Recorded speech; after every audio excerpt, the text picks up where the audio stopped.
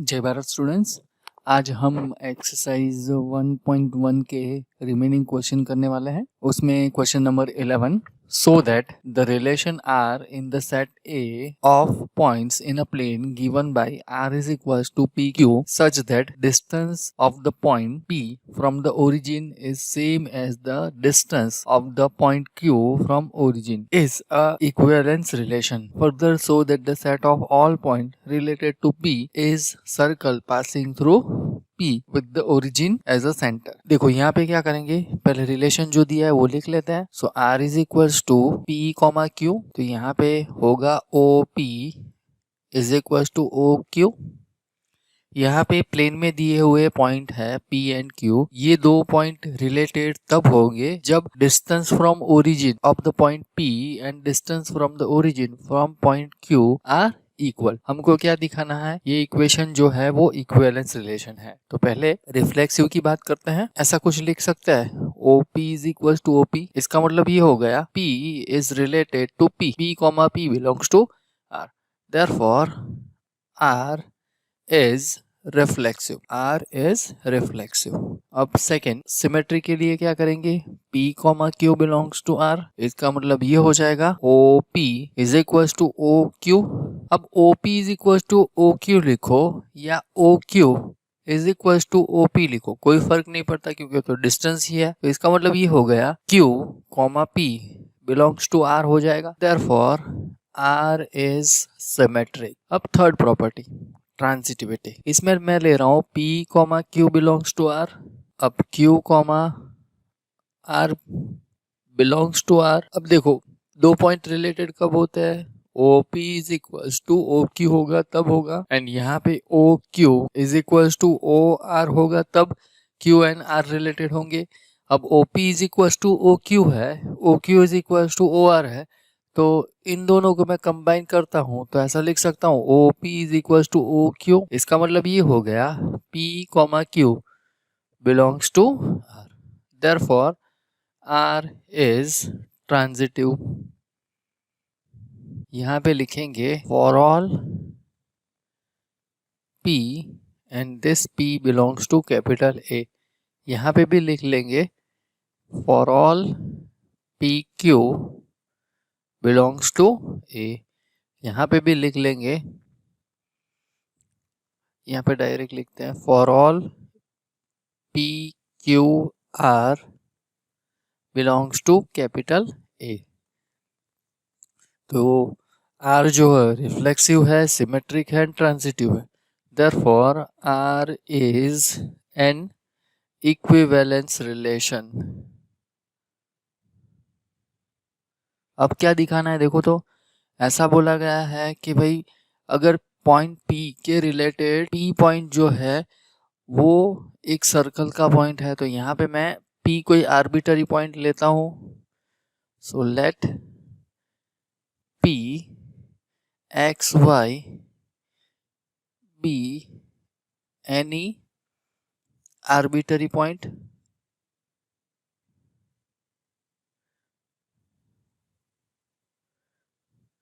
अब हमको and assume करते हैं OP is equal to R, तो यहाँ पे OP is equal to R distance formula use करते हैं, तो OP square is equal to R square, तो ये हो जाएगा x minus 0 whole square plus y minus 0 whole square is equal to R square, तो ये हो जाएगा x square plus y square is equal to R square.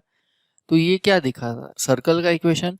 तो इसका मतलब ये हो गया P रिप्रेजेंट्स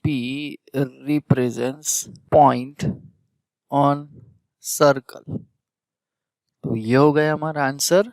आगे बढ़ते हैं नेक्स्ट क्वेश्चन के लिए। अब सेम ही टाइप का क्वेश्चन दिया है पर आगे पॉइंट दिए थे, यहाँ पे ट्राइंगल दिया है। देखो क्या दिया है, R is a relation in a set A of all triangle. So A set जो है वो ट्राइंगल का है।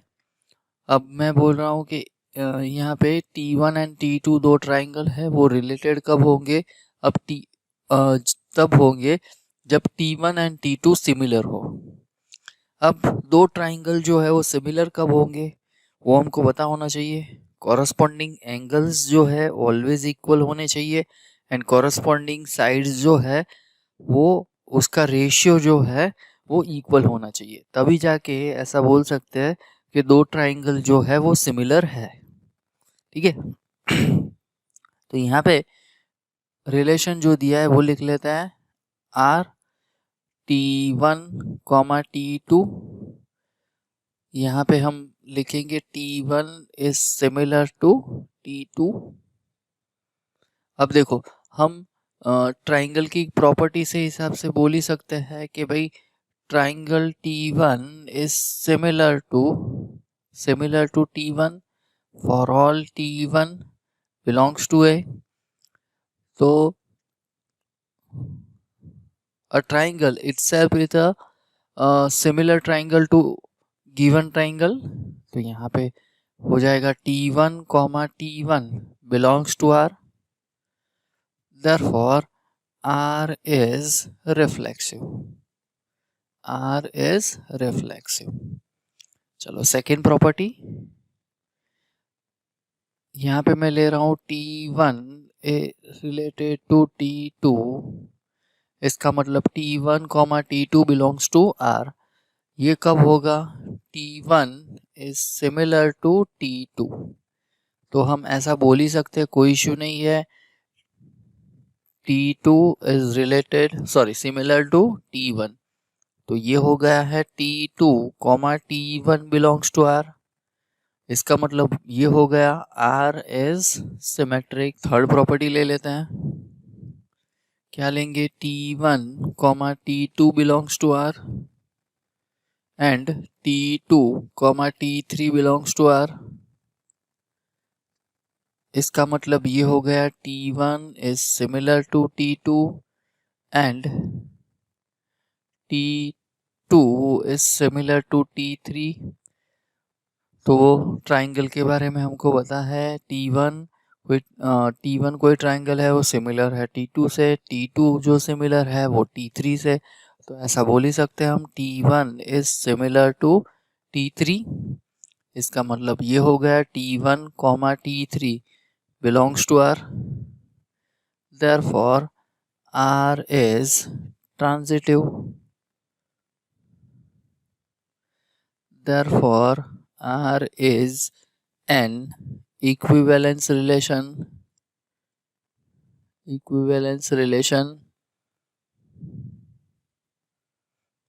अब बोलो क्या दिया है? Consider 3 right angle triangle T1 with the side 3, 4, 5, T2 with the side 5, 12, 13, T3 with the side 6, 8, 10। Which of them are similar or related? अब देखो यहाँ पे T1 की साइड बात करते हैं, तो T1 की साइड्स क्या है? Sides are 3, 4 and 5। T3 की साइड क्या है? 6, 8, 10।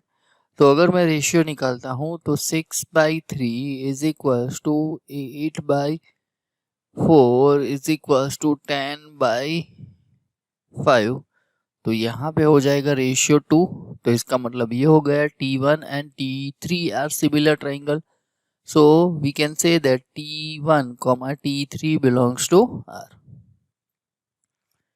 तो ये हो गया हमारा क्वेश्चन नंबर 12। ये बढ़ते हैं, सेम ही टाइप का क्वेश्चन दिया है, पहले पॉइंट दिया, बाद में ट्राइंगल दिया, अब दिया है पॉलीगॉन। अब दो पॉलीगॉन जो है वो रिलेटेड कब है? अगर उनकी नंबर ऑफ साइड्स सेम है तभी जाके ऐसा बोल सकते हैं P1 and P2 are related to each other. तो यहाँ पे पहले लिख लेते हैं R P1 is related to P2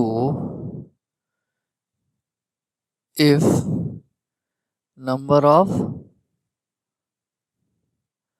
sides of P1 is equals to number of sides of P2। अब पहली प्रॉपर्टी ऐसा बोल ही सकते हैं कि number of sides of P is equals to number of sides of P itself. तो यहाँ पे हो जाएगा P, P belongs to R.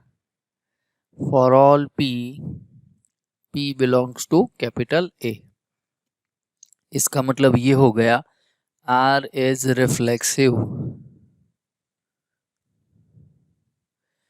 अब सिमेट्रिक की बात करते हैं.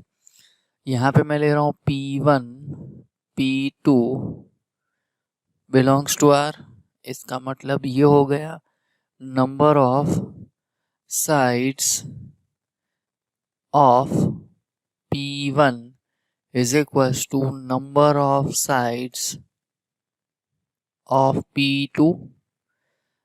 अब मैं ऐसा लिख ही सकता हूँ number of sides of P2 is equals to number of sides of P1.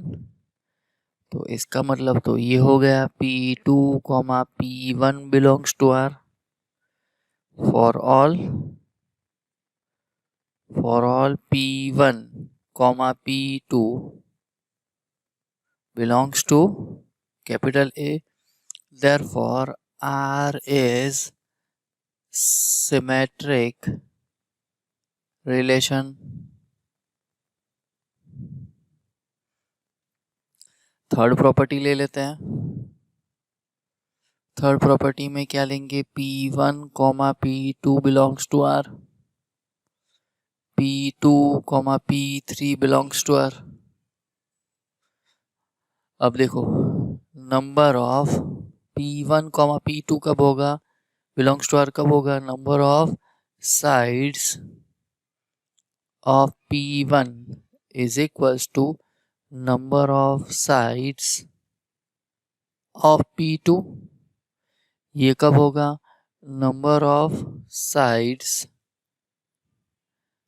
of P2 is equals to number of sides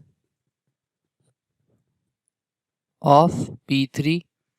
अब दोनों को कंबाइन करते हैं तो हम ऐसा लिख ही सकते हैं, कोई इश्यू नहीं है, कि number of sides of P1 is equals to number of sides of P3. तो इसका मतलब ये हो गया P1, P3 belongs to R. Therefore, R is transitive.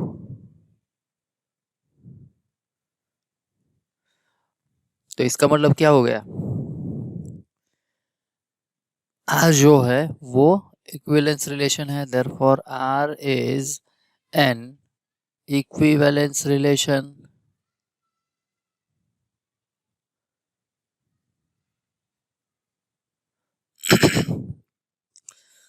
अब एक क्वेश्चन और दिया है. What is the set of all element in A related to the right angle triangle with the sides 3, 4, 5.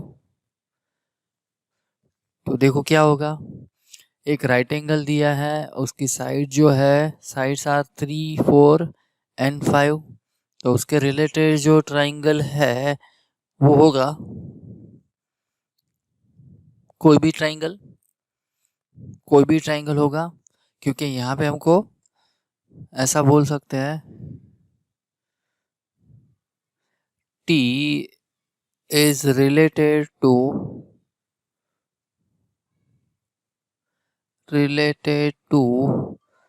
A where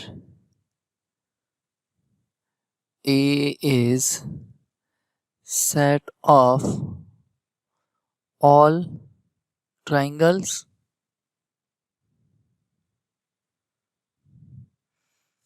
ठीक है, तो ये हो गया हमारा आंसर ऑफ क्वेश्चन नंबर 13. अब देखो क्या दिया है. L जो है वो सेट दिया है किसका? All the lines in a XY plane. अब R कैसे रिलेटेड है? तो यहाँ पे R is equals to L1, comma L2, दो लाइन जो है वो रिलेटेड कब होगी? अगर L1 is parallel to L2। ठीक है, तो R इज इक्विवेलेंस रिलेशन हमको प्रूव करना है, बहुत ही इजी है। हम ऐसा बोल ही सकते हैं L1 is parallel to L1 for all L1 belongs to capital L। तो इसका मतलब ये हो गया L1 comma L1 belongs to R, therefore R is reflexive. Second property ले लेते हैं, L1 comma L2 belongs to R for all L1 comma L2 belongs to capital L। ये कब रिलेटेड होंगे? If L1 is parallel to L2। क्या हम ऐसा लिख सकते हैं L2 is parallel to L1? हाँ, लिख सकते हैं।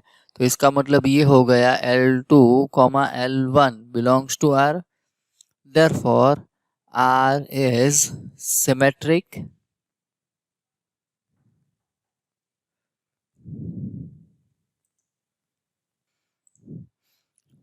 थर्ड प्रॉपर्टी लेते हैं। थर्ड प्रॉपर्टी है ट्रांजिटिव। क्या होगा देखो, L1 comma L2 belongs to R and L2 comma L3 belongs to R। अब L1 एंड L2 रिलेटेड कब होंगे?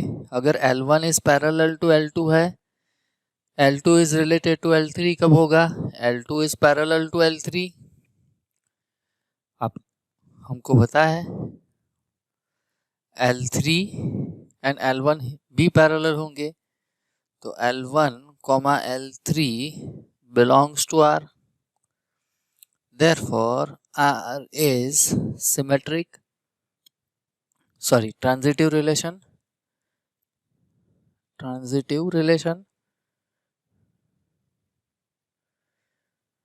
अब R जो है रिफ्लेक्सिव है, सिमेट्रिक एंड ट्रांजिटिव है, तो हम क्या बोल पाएंगे? R is an equivalence relation.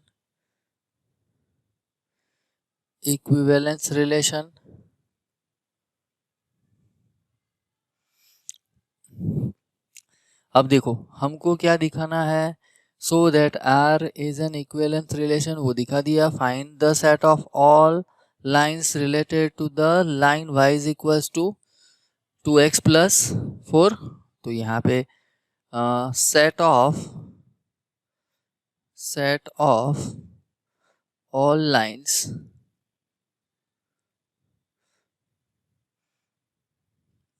is related to y is equals to 2x plus 4 is y is equals to 2x plus c। कैसे? हमको पता है, हमने ज्योमेट्री में पढ़ा है कि कोई भी लाइन जो है वो पैरेलल कब होती है? दो लाइन पैरेलल कब होती है? तभी होती है कि अगर उनका स्लोप सेम हो। तो यहाँ पे हमने क्या किया है देखो, तो मैंने स्लोप सेम रखा है, कांस्टेंट की वैल्यू सिर्फ चेंज की है। यहाँ पे मैं c ले रहा हूँ, तो c की वैल्यू कुछ भी डालो वो पैरेलल हो जाएगा।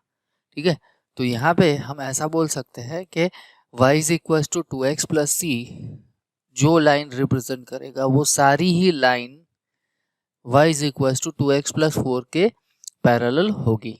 तो ये हो गया हमारा क्वेश्चन नंबर 14। आगे बढ़ते हैं नेक्स्ट क्वेश्चन के लिए। देखो क्या दिया है, एक रिलेशन दिया है, R is equal to 1 2 2 2 1 1 4 4 1 3 3 3 3 2। Choose the correct option. हमको क्या चेक करना है कि रिफ्लेक्सिव है, सिमेट्रिक है, ट्रांजिटिविटी। तो पहले तो रिफ्लेक्सिव की बात करते हैं, तो 1 1 है, हाँ है, देखो यहाँ पे 1 1 है, 1 1 है, बाद में 2 2 है, 3 3 है, 4 4 है, तो रिफ्लेक्सिव तो होगा ही। तो यहाँ पे ये वाला ऑप्शन ऑटोमेटिकली निकल गया नहीं, ये वाला ऑप्शन निकल गया। अब देखो सिमेट्रिक की बात करते हैं, तो सिमेट्रिक की बात करते हैं तो 1,2 है, 2,1 है नहीं है, तो इसका मतलब ये हो गया सिमेट्रिक नहीं होगा। ठीक है, तो यहाँ पे देखो R is reflexive and symmetric, symmetric तो है ही नहीं, तो ये वाला ऑप्शन भी निकल गया। अगर रिफ्लेक्सिव नहीं है, रिफ्लेक्सिव है सिमेट्रिक नहीं है, तो इक्विवेलेंस रिलेशन बनेगा भी नहीं, तो ये वाला ऑप्शन भी निकल गया। तो कौन सा ऑप्शन सही रहा?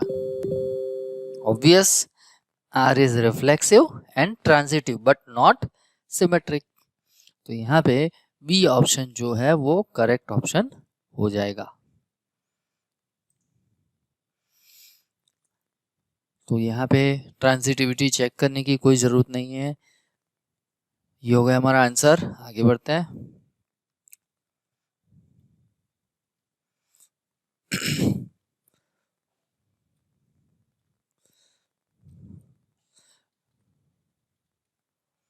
देखो क्या दिया है, R be the relation in an given by r is equals to a comma b, a is equals to b minus 2, b is greater than 6, choose the correct option। अब देखो अगर मैं a की वैल्यू ले रहा हूँ 2, तो b की वैल्यू क्या आ जाएगी 4। ठीक है, तो पहला वाला ऑप्शन तो दिख रहा है। अब देखो यहाँ पे 3,8, 3,8 कब होगा, b की वैल्यू अगर मैं 8 ले रहा हूँ तो 8 माइनस 2 क्या हो जाएगा, 8 माइनस 2 हो जाएगा 6, यहाँ पे 3 आया है, तो ये वाला ऑप्शन नहीं आएगा। चलो यहाँ पे 8 लेता हूँ, बी की वैल्यू मैंने 8 ली, तो ए की वैल्यू 6 आनी चाहिए। ठीक है, पर यहाँ पे ऐसा दिया है कि बी की वैल्यू जो है वो कंपलसरी, यहाँ पे ये वाला ऑप्शन नहीं आएगा क्योंकि बी की वैल्यू 4 है। ठीक है, ये वाला ऑप्शन भी नहीं आएगा। ओके, यहाँ पे देख लो पहले, ये वाला ऑप्शन आ सकता है। यहाँ पे 7, बी की वैल्यू क्या है 7, 7 माइनस 2 5, तो ये वाला ऑप्शन नहीं आएगा। तो कौन सा ऑप्शन आया, सी ऑप्शन करेक्ट ऑप्शन, क्योंकि यहाँ पे मैंने b की वैल्यू अगर 8 ली है तो a की वैल्यू निकालनी है, तो 8 माइनस 2 6 हो जाएगा। देखो 6,8 बिलोंग्स टू r। ठीक है, तो C option is the correct option. So इसके साथ ही ये एक्सरसाइज 1.1 यहाँ पे ख़त्म होती है।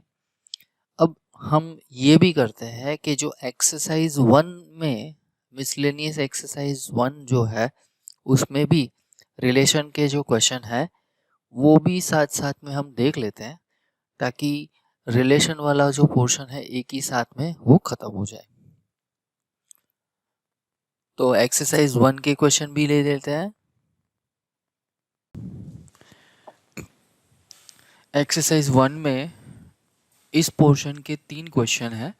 एक है क्वेश्चन नंबर 8, दूसरा है क्वेश्चन नंबर 16, तीसरा है क्वेश्चन नंबर 17। तो पहले लेते हैं क्वेश्चन नंबर 8।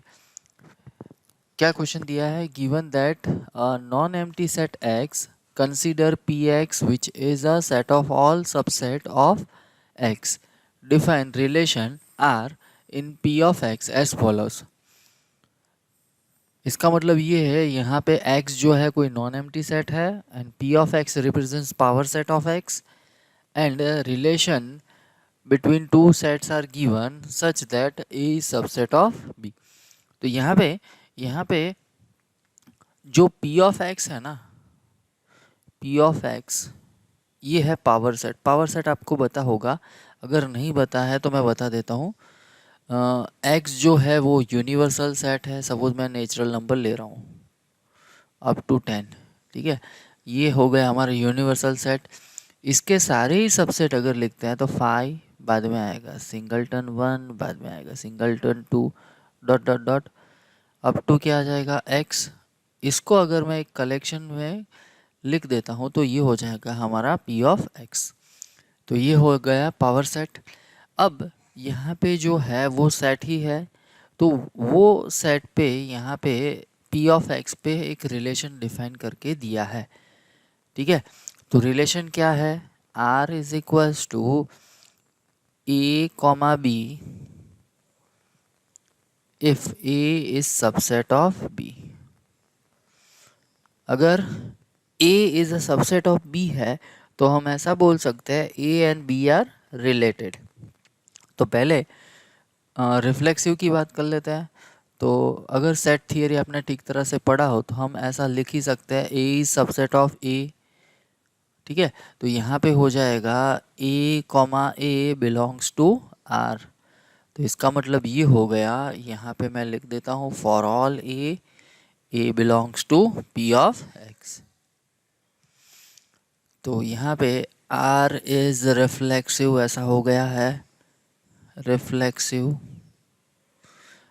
अब मैं बात करता हूँ सिमेट्रिक की। अगर सिमेट्रिक की बात करते हैं तो यहाँ पे देखो A comma B belongs to R। A comma B belongs to R, इसका मतलब ये हो गया यहाँ पे A is subset of B।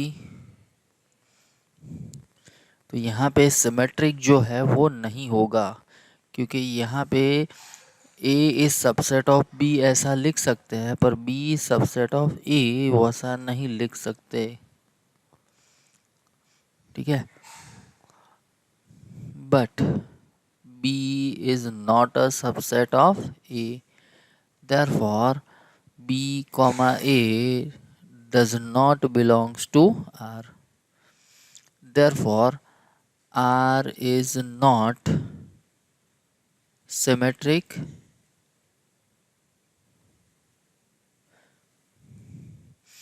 Third property की बात कर लेते हैं। A comma B belongs to R, B comma C belongs to R।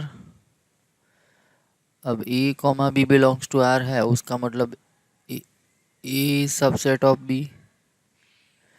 B comma C belongs to R, इसका मतलब B सबसेट ऑफ C। अगर इन दोनों ही रिजल्ट को मैं कंबाइन करता हूँ तो क्या आ जाएगा, A सबसेट ऑफ C। इसका मतलब ये हो गया A comma C belongs to R, therefore R is transitive।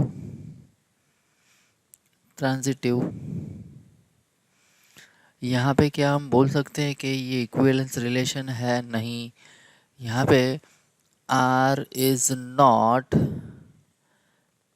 equivalence relation। Why not equivalence relation? Because R is not symmetric। यहाँ पे R जो है वो सिमेट्रिक नहीं है, इसीलिए हम R को इक्विवेलेंस रिलेशन नहीं बोल पाएंगे। ठीक है, तो ये हो गया हमारा आंसर।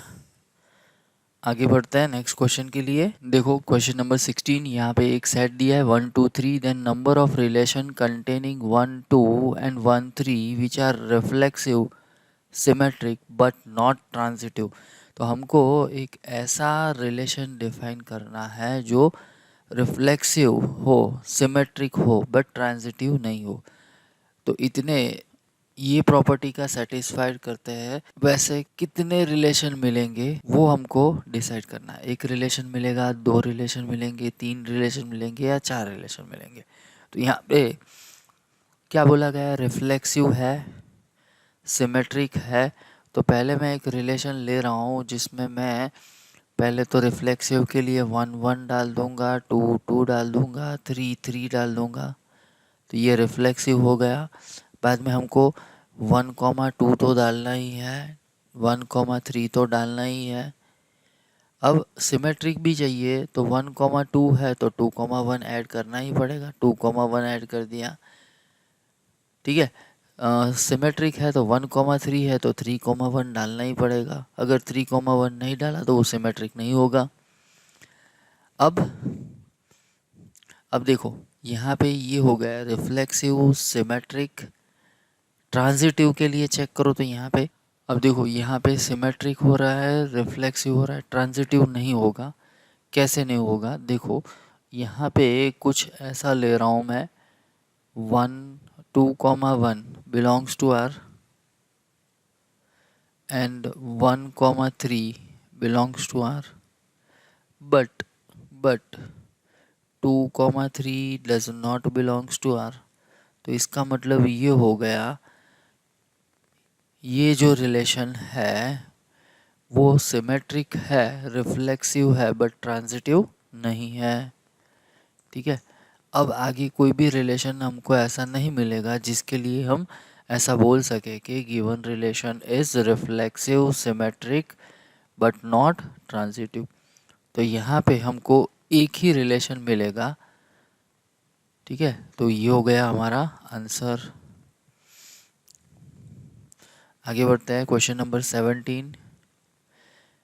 वही है, हमको क्या दिखाना है, इक्विवेलेंस रिलेशन कितने मिलेंगे। तो हमने जो अभी लिया था वो ले लेते हैं। आर इज इक्वल्स टू, मैं ले लेता हूँ 1,1, 2,2, 3,3, 1,2 एंड 2,1। अब देखो, अगर मैंने ये रिलेशन ले लिया है तो ये रिलेशन रिफ्लेक्सिव भी है, सिमेट्रिक भी है एंड ट्रांजिटिव भी होगा। कैसे ट्रांजिटिव होगा, सारे ही के लिए चेक कर लेते हैं। 1,1, 1,1, 1,2, तो 1,2 है। बाद में 1,1 के रिलेटेड ख़त्म हो गया, 2,2, बाद में 2,1, तो 2,1 आएगा, तो वो भी है। बाद में 1,2 एंड 2,1, तो 1,1। तो ये रिलेशन जो है वो रिफ्लेक्सिव है, सिमेट्रिक है एंड ट्रांजिटिव भी है। तो एक रिलेशन हो गया। दूसरा हम लेंगे 1,1, 2,2, 3,3। बाद में हम लेंगे 1,2, 2,1, ऐड कर देंगे 1,3, दूसरा ऐड कर देंगे 3,1। हमने अभी ही आगे देखा ये रिलेशन था, उसमें क्या नहीं था, 2,3। अगर 2,3 होता तो वो ट्रांजिटिव हो जाता। यहाँ पे 2,3 ऐड कर दिया तो ये ट्रांजिटिव हो गया, पर सिमेट्री के लिए 3,2 भी डालना पड़ेगा। ठीक है, तो ये हो गया हमारा इक्विवेलेंस रिलेशन। तो यहाँ पे टोटल कितने रिलेशन मिलेंगे, 2 रिलेशन मिलेंगे। तो करेक्ट ऑप्शन इज बी। तो इसके साथ ही रिलेशन वाला पोर्शन जो है यहाँ पे ख़त्म होता है। रिलेशन के रिलेटेड जो क्वेश्चन दिए थे वो भी यहाँ पे ख़त्म होते हैं। तो यहाँ पे हम ये पोर्शन ख़त्म करते हैं और लेक्चर जो है उसको भी हम ख़त्म करते हैं। डाउट हो तो आप मेरे को व्हाट्सएप कर सकते हो, कॉल कर सकते हो। मिलते हैं नेक्स्ट लेक्चर में नए कंसेप्ट के साथ, नए एग्जाम्पल के साथ। तब तक जय भारत, take care of you and your family, bye bye.